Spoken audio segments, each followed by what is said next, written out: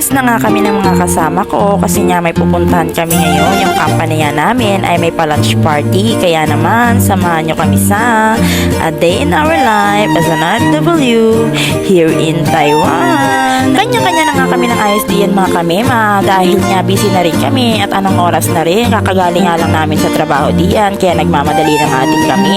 Yung iba nga ay naligo nga pero ako ay hindi na dahil sayang naman kung maliligo pa ako. Charot! Inaayos ko na nga yung kilay ko diyan mga kamema dahil kailangan ko nga takpan yung aking peklat sa aking kilay dahil kapag hindi, mukha naman akong adik. Inayos ko na nga rin yung buhok ko diyan mga kamema dahil kapag hindi masyadong naplansya ay may kanya-kanyang pinupuntahan. Ito na nga lang yung isunod ko dito mga kamema dahil para mukhang simple lang dahil ayoko naman maging center of attraction. May pagka-girly-girly nga na may pagka-happy new year. Si kapartner naman diyan ay akala mo mag-guest speaker. At ang kabeshi ko naman ay nakapalda nga lang na may pagka-girly din. At ang baby dodi ko nga diyan na mas malaki pa sa akin ay nagpolo na nga lang at parang nakapantalon. Pagkatapos nga namin magkonting marites ay talagang umalis na rin kami dahil anong oras na nga 10:30 na nga iyan. Sabi nga namin aalis na nga kami agad para pagdating namin dun ay makapag-picture-picture pa. Buti na nga lang mga kami nang umalis nga kami ay talagang napakaganda ng panahon. Hindi maaraw, hindi rin umuulan at medyo may pagkamalilim. Ang outfit nga pala ni Karumit mga kami ay medyo mga hinahangin kaya nga namang problema siya dahil daw baka mamaya ay bakali pa rin.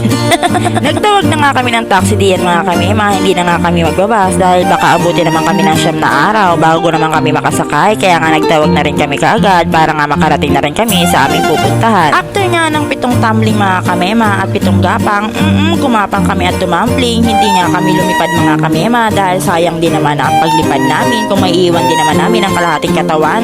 Nagdamit nga kami ng napakaganda kung may iwanan din naman namin ang kalahati. Charot!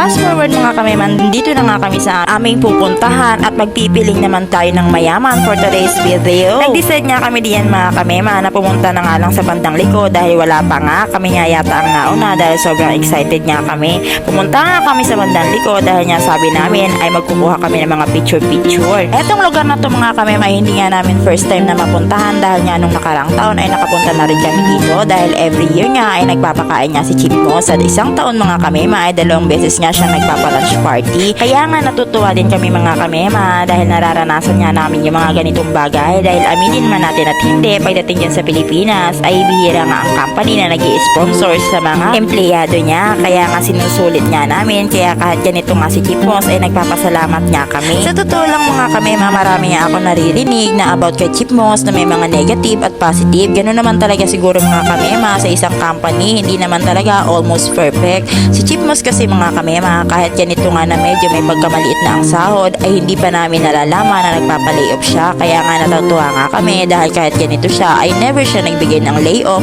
Kaya nga hindi rin naman unfair at nakakatuwa din naman para sa mga empleyado. Kapag nakarating ka nandito sa likod ay ang makikita mo ay sobrang green ng paligid. Sa bungad niya mga kamema ang unang makikita ay yung parang swimming pool na mga lamok. Charot! Makikita mo nga dito mga kamema sobrang ganda ng paligid. Talagang perfect para sa Instagram. Sabi ko nga ay kapag tumambay ka rito at iisipin mo ang iyong problema ay paglabas mo nakasolve na. Naisipan na nga lang namin na kumuha na nga lang ng picture sa ibang spot dahil hindi naman lahat ay napuntahan nga namin nung nakarang taon. Kaya nga ngayon ay kumukuha nga ulit kami. Kami nga ulit ang batch nung nakaraang taon pero bawas na yan mga kamema. Yung iba kasi ay hindi naman namin kasama dahil ibang araw nga sila pumunta. Dahil sa totoo lang hindi naman nga kami magkaka-day off. Iba-iba kasi ang day off mga kamema. Kung sino nga lang yung magkaka-day off ayun nga yung mga magkakasama. Nililibang na nga lang namin yung mga sarili namin diyan mga kamema dahil sa totoo lang ay gutom na nga kami dahil ang huling kain nga namin ay nung madaling araw pa. Ang ganda nga ng spot na to mga kamema dahil nga pwede ito sa pangkasal dahil sobrang laki at napakaluwang. After nga namin makapag-picture at magbardagulan ay nakapag-decide na nga kami na papasok na rin sa loob dahil nga sabi namin ay baka marami na nga tao kami na nga lang ang inaantay. Hindi na nga rin kami masyado nagtagal dahil sa tingin nga namin ay matindi na nga ang init at mahapdi na nga sa balat kaya pumasok na nga din kami kaagad-agad. Hindi nga kami nagkamali mga kamema pagkadating nga namin sa loob ay napakarami na nga ang tao. Pinapipila na nga by department. Hindi nga namin alam kung saan nga kami pipila dahil ang napilahan nga namin ay parang wire band. Ang sabi nga namin diyan ay makikipili na nga lang din kami. Pagkatapos na nga lang kapag inayos ay doon na nga lang kami pipila kung saan nga dapat kami pumila.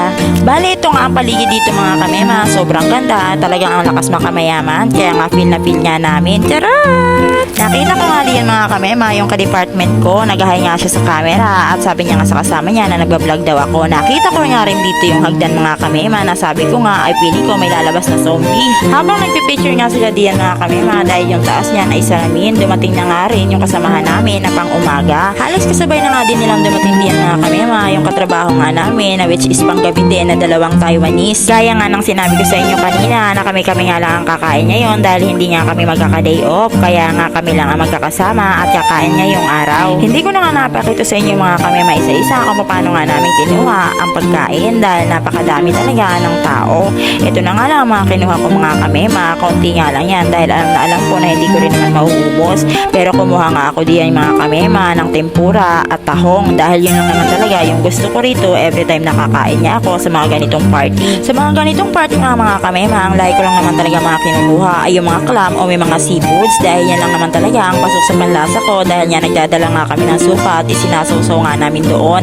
Kumuha na nga rin ako diyan mga kamema ng tempura dahil yun lang din naman ang mga nagugustuhan ko. Tempura nga kasi mga kamema ay pwede man namang isawsaw doon sa daladala na namin sweet chili dahil yun lang din naman ang gusto ko at ayoko rin naman kumuha ng iba dahil hindi ko nga makakain o mauubos dahil hindi rin naman pwede na mag-iiwan ka ng pagkain doon sa table dahil talagang sigurado magagalit din naman sila. Pinamadali ko na nga din kumain diyan mga kamema dahil nga sabi nga nila at sabi ko rin naman sa sarili ko ay bibidyohan ko nga rin yung mga kasama ko para hindi lang naman ako ang merong exposure sa vlog ko. Pagkaubos ko nga diyan mga kamema ay sila naman ang kinunan ko at ang dami nga nilang mga kinuhang pagkain. Ang isa nga dito mga kamema sa katabi ko ay kumuha nga siya ng fried rice sa 2 plato. Hindi ko nga akalain na mauubos niya nga ayon dahil napakadami nga. Natutuwa nga ako diyan sa kanila mga kamema na naiinggit dahil napakagana nga nilang kumain. Si ka-roommate naman mga kamema, ang kinain naman yan ay mga sushi o yung mga Japanese cuisine. At eto namang si ka-partner nyo ay talagang napakaganang kumain. Nakadalawang fried rice nga siya mga kamema. Kaya nga nagugulat niya kami at natatakot dahil baka mamaya ay kapalbato. After nga namin kumain mga kamema ay kumuha na nga lang din kami ng wine at nagpahinga lang saglit dahil sabi nga namin ay kukuha pa nga kami ng dessert. Itong wine na to mga kamema ay tinamaan talaga ako. Hindi ko alam mga kamema kapag hindi maganda ang tama ng alak sa akin na iba nga ang nararamdaman ko. Halos nga sumikip yung dibdib ko dahil nga diyan sa wine na yan. Buti na nga lang masamang damo ako ka mga kamema dahil hindi nga ako nagpatalo. Charo. Ang nasabi ko na nga lang diyan ay wine ka lang. Basta maugali ko. After nga namin uminom ng wine diyan mga kamema, sama na ko ng pakaramdam ay kumuha naman sila ng batch 2 kung saan naman ang kinuha nila ay mga seafoods. Natutuwa nga ako sa katabi kong Taiwanese dahil napakagana niya nga kumain. Kanina ko pa nga siya nakikita na kumakain ng mga seafoods at wala pa rin siyang nararamdaman.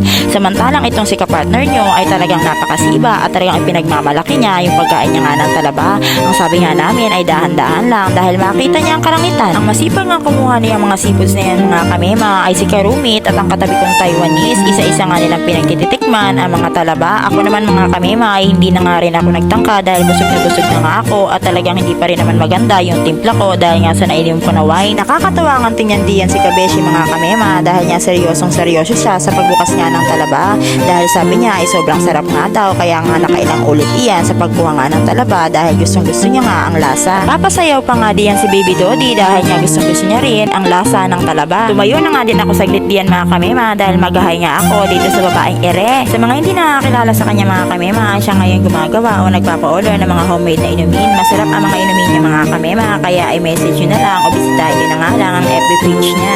After nga niyan ay nakapag-ikot-ikot na nga ako at titingnan ko nga yung mga iba pa mga pagkain. Sa mga bandang nga to ay mga prutas at pagdating mo naman banda dito sa kabila ay mga Japanese cuisine o kung saan mo matatagpuan ang mga sushi o yung mga fresh na mga isda. Hindi ko na nga rin alam mga kamema yung ibang mga tawag diyan pero pagdating mo nga dito ay makikita mo naman yung mga seafood sa mga bandang gilid. Iba't iba mga seafoods mga kamema, mga makikita mo riyan. Pagdating mo naman dito ay yung mga dessert, yung mga matatamis katulad ng ala ng mga leche flan o parang mga cake at mga ice cream. Kumuha na nga din kami nito mga kamema dahil gusto nga namin matikman kung ano nga ba ang lasa, kung talaga ba ang leche flan. Pero napakatabang nito mga kamema, hindi nga leche flan ang lasa na parang gelatin lang. After nga namin makakuha ng parang leche flan ay pumunta na kami sa part na to dahil kukuha nga kami ng ice cream. Ang sabi nga ni ka-partner ay kukuha nga daw siya, titikman niya nga daw kung ano nga daw ba ang lasa. Ang sabi ko naman, ko ay hindi na dahil busog na nga ako kaya iniwanan ko na nga lang siya at hinayaan ko na kumuha na nga lang siya ng dessert niya pa. Pumunta na nga lang ako sa side na to at sabi ko nga ay mag-iikot-ikot pa para maipakita ko nga kung ano nga ba ang nasa side na to. Bali sa side na to mga kamema ay siomai, dito naman ay mga mga seafoods, mga abalon at pati kasama na rin ang mga clam at mga sauce. Pagdating mo naman dito sa may mga gilid mga kamema, ang makikita mo naman ay mga hiniwa o mga tinanggal na nga sa mga shell ng mga clams. Pagdating dito sa gawin dito sa kabila, ang makikita mo naman ay mga talaba at makikita mo na rin ang mga niluluto nila ng mga pusit. At dito naman sa gawin na to mga kamema, ang makikita mo naman yung mga fried, lalo na yung sushi na paborito ko. Ngayon nga mga kamema ay wala na dahil naubos na, dahil yun din ang gusto halos karamihan ng mga Pilipino o mga foreign.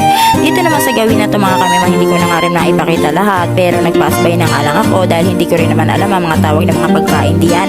Pagkalibot ko nga mga kamema ay bumalik na nga rin din ako dahil sabi ko ay upo na nga ako at kakainin ko na nga yun din na kinuha ko na pagkain. At nagulat nga ako diyan mga kamema, pagkabalik ko ay hindi pa rin pala talaga nila tinitigilan yung talaba. Sabi ko nga sa kanila ay good luck na nga lang mamaya kung sino na nga lang ang mauna kay San Pedro. Lalo na itong bata na ito na napakayabang, na akala mo walang nararamdaman sa buhay. Sinasabi ko sa'yo, huwag kang iiyak-iyak sa amin pagkatapos at kapag may naramdaman ka dyan sa batok mo. At kung kanina nga mga kami, mananaawa nga kami, kaya nga pinilit na nga lang namin kumain siya kahit isang piraso. Ay ngayon naman ay kabaliktaran, abay umabuso naman ang bata dahil nakakailang piraso na nga at nakakailang kain na nga siya ng talaba, kaya kinakabahan na nga kami. Nagmamayabang pa nga iyan na sabi niya ganito nga daw kumain ng talaba.